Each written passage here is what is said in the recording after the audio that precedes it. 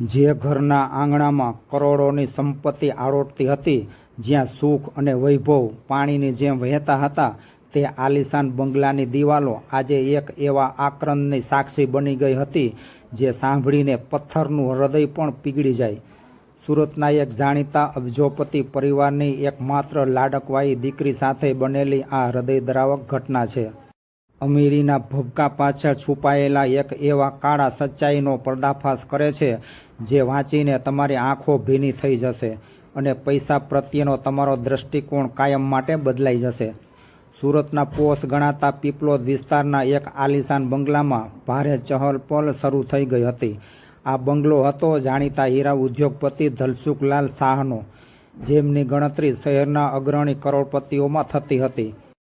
ઘરમાં સુખ સંપત્તિ અને તમામ સુખ સાહેબીઓ પગ પખાલતી હતી. આ વૈભવની વચ્ચે રહેતી તેમની એકમાત્ર દીકરી નિયતિ, જે માત્ર દેખાવડી જ નહીં પણ સંસ્કારી અને ઉદાર દિલની હતી.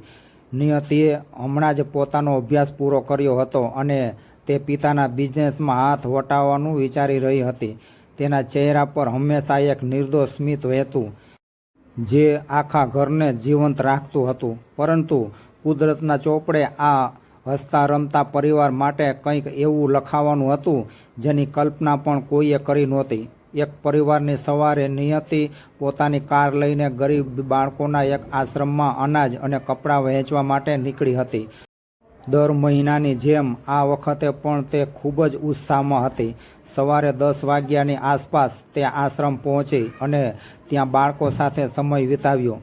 બાળકોના ચહેરા પરની ખુશી જોઈને તેનું હૃદય ભરાઈ આવ્યું.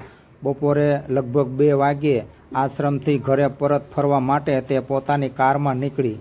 રસ્તો થોડો અવાવરું હતો અને રવિવાર હોવાથી ટ્રાફિક પણ ઓછો હતો. અચાનક મુખ્ય રોડ પર આવતા પહેલાં એક વળાંક પર તેની સ્પીડ ધીમી થઈ અને એ જ ક્ષણે એક કાળી કારે તેની ગાડીને આંતરી લીધી.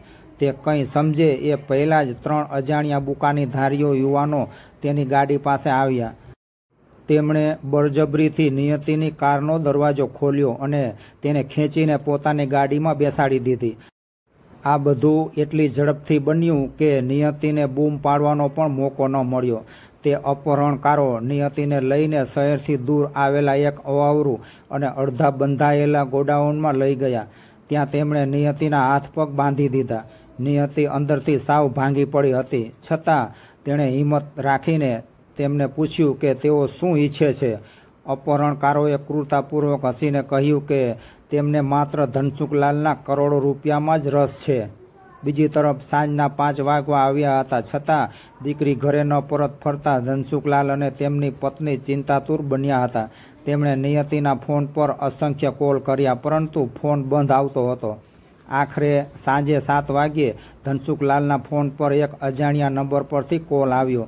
સામેથી ભારે અને ધમકીભર્યા અવાજે બોલનાર માણસે કહ્યું કે જો પોતાની દીકરીને જીવતી જોવી હોય તો 50 કરોડ રૂપિયા તૈયાર રાખવા, અને આ વાતની જાણ જો પોલીસને કરી છે તો દીકરીની લાશ પણ નહીં મળે. આ સાંભળીને ધનસુખલાલના પગ નીચેથી જમીન સરકી ગઈ. તેમની પત્ની આઘાત સહન ન કરી શકતા બેભાન થઈ ગયા. ધનસુખલાલ પાસે આટલી મોટી રકમ રોકડમાં તાત્કાલિક લાવવી અશક્ય નહોતી, પણ આટલા ટૂંકા સમયમાં બધી વ્યવસ્થા કરવી ખૂબ મુશ્કેલ હતી. તેમણે હિંમત રાખીને પોતાના અંગત મિત્ર અને નિવૃત્ત પોલીસ અધિકારી સુરેશભાઈનો સંપર્ક કર્યો. સુરેશભાઈએ શાંતિપૂર્વક કામ લેવાની સલાહ આપી અને છુપી રીતે તપાસ શરૂ કરી. તેમણે પોલીસ વિભાગના ઉચ્ચ અધિકારીઓ સાથે વાત કરીને ટેકનોલોજીની મદદ લીધી. જે નંબર પરથી ફોન આવ્યો હતો તેનું લોકેશન ટ્રેસ કરવાનો પ્રયાસ કર્યો હતો, પરંતુ અપહરણકારો ખૂબ જ ચાલાક હતા. તેઓ વારંવાર પોતાના ફોન બંધ કરી દેતા અને લોકેશન બદલતા રહેતા હતા.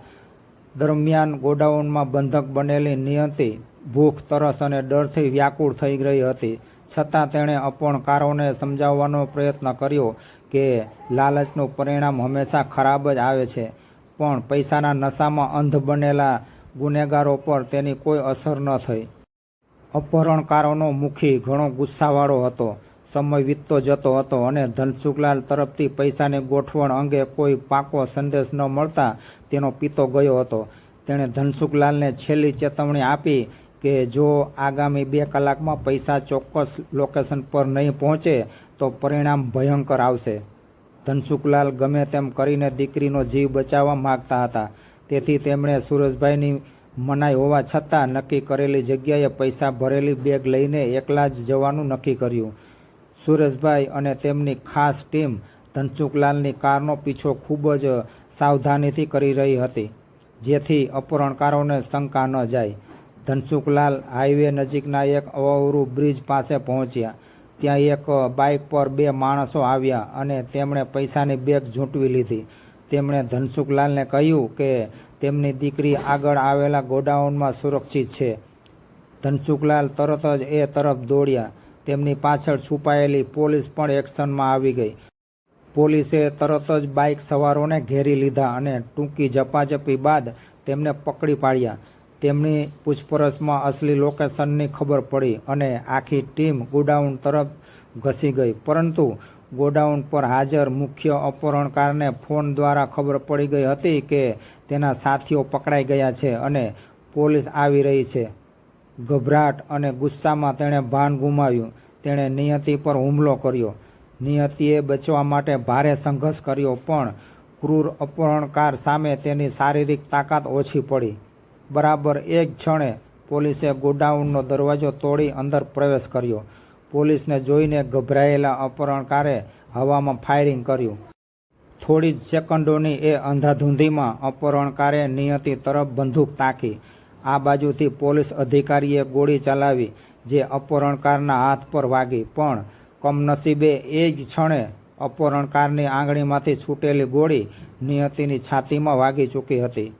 નિયતિ લોહી લુહાણ હાલતમાં જમીન પર ઢળી પડી. ધનસુખલાલ ગોડાઉનમાં દોડી આવ્યા અને લોહીથી લથપથ દીકરીને જોઈને ચીસ પાડી ઉઠ્યા. તેઓ તરત જ નિયતિને લઈને હોસ્પિટલ તરફ ભાગ્યા. રસ્તામાં તેઓ સતત ઈશ્વરને પ્રાર્થના કરી રહ્યા હતા કે તેમની એકમાત્ર દીકરીનો જીવ બચી જાય. હોસ્પિટલ પહોંચતા જ ડૉક્ટરોની ટીમે નિયતિને તાત્કાલિક ઓપરેશન થિયેટરમાં લીધી. બહાર ધનસુખલાલ અને તેમની પત્ની ધ્રુજતી કાયાએ અને આંસુ ભરેલી આંખોએ ઓપરેશન થિયેટરના લાલ બલ્બ સામે એકીટસે જોઈ રહ્યા હતા. કલાકો સુધી ચાલેલા જટિલ ઓપરેશન બાદ છેવટે ડૉક્ટર બહાર આવ્યા. તેમના ચહેરા પરના ગંભીર હાવભાવ બધું જ કહી રહ્યા હતા. ડૉક્ટરે ભારે હૈયે જણાવ્યું કે ગોળી હૃદયની ખૂબ નજીકથી પસાર થઈ હતી અને અતિશય રક્તસ્રાવ થવાને કારણે નિયતિને બચાવી શકાઈ નથી. આ સાંભળતા જ ધનસુખલાલના માથે જાણે આભ તૂટી પડ્યું. આખું ઘર વેરવિખેર થઈ ગયું. કરોડપતિ હોવા છતાં, અઢળક સંપત્તિ હોવા છતાં ધનસુખલાલ પોતાની વ્યાલસોઈ દીકરીનો જીવ બચાવી ન શક્યા. પૈસાની લાલચમાં વહેતા થયેલા પાપે એક નિર્દોષ, સેવાભાવી અને હસતી રમતી દીકરીનો ભોગ લઈ લીધો. ગુનેગારો જેલમાં ધકેલાઈ ગયા અને તેમને કડકમાં કડક સજા પણ થઈ. પણ શાહ પરિવારના જીવનમાં જે ક્યારેય ન પૂરાય તેવી ખોટ પડી ગઈ હતી, તેની કોઈ ભરપાઈ નહોતી. સુરતની આ હૃદયદ્રાવક ઘટનાએ અમીરી અને ગરીબી વચ્ચેની ભેદરેખા તેમજ પૈસાની પાછળ અંધ બનેલી માનવતાની વરવી વાસ્તવિકતા સમાજ સામે લાવીને મૂકી દીધી હતી. નિયતિના બંગલામાં હવે બધું જ હતું. બસ એ બધું જોવા માટે નિયતિ પોતે નહોતી. નિયતિ ભલે આ દુનિયામાંથી વિદાય લઈ ચૂકી હતી, પણ શાહ પરિવારના એ ભવ્ય બંગલાના ખૂણે ખૂણામાં આજે પણ તેની હસતી છબી અને તેની યાદો જીવંત હતી. ધનસુખલાલે પોતાની દીકરીની યાદમાં અનાથ બાળકો માટે એક મોટું ટ્રસ્ટ શરૂ કર્યું, કારણ કે તેઓ જાણતા હતા કે જે સંપત્તિ તેમની દીકરીનો જીવ ન બચાવી શકી, તે સંપત્તિ હવે કોઈ બીજા ગરીબ બાળકનું જીવ સુધારી શકે. આ ઘટના એ વાતનો જીવતો જાગતો પુરાવો છે કે દુનિયાના તમામ કરોડો રૂપિયા મળીને પણ વિધાતાના લેખ અને સમયના ક્રૂર પ્રહારને બદલી શકાતા નથી. નિયતિ આજે નથી, પણ તેનું પવિત્ર નામ સુરતના ઇતિહાસમાં સદા માટે અમર થઈ ગયું છે. મિત્રો, આવી જ હૃદયસ્પર્શી સત્ય સભર સમાજની આંખો ઉઘાડનારી અવનવી વાર્તાઓ નિયમિત વાંચવા અને સાંભળવા માટે અમારી ચેનલને આજે જ સબસ્ક્રાઈબ કરો. આ વાર્તા તમને કેવી લાગી તે કોમેન્ટ બોક્સમાં જરૂર જણાવજો અને તમારા સ્નેહીજનો સાથે શેર કરવાનું ભૂલતા નહીં. જેથી કરીને સમાજમાં આ જાગૃતિ ફેલાવી શકાય. અમારી સાથે જોડાયેલા રહેવા બદલ આપનો ખૂબ ખૂબ આભાર. જય શ્રી કૃષ્ણ.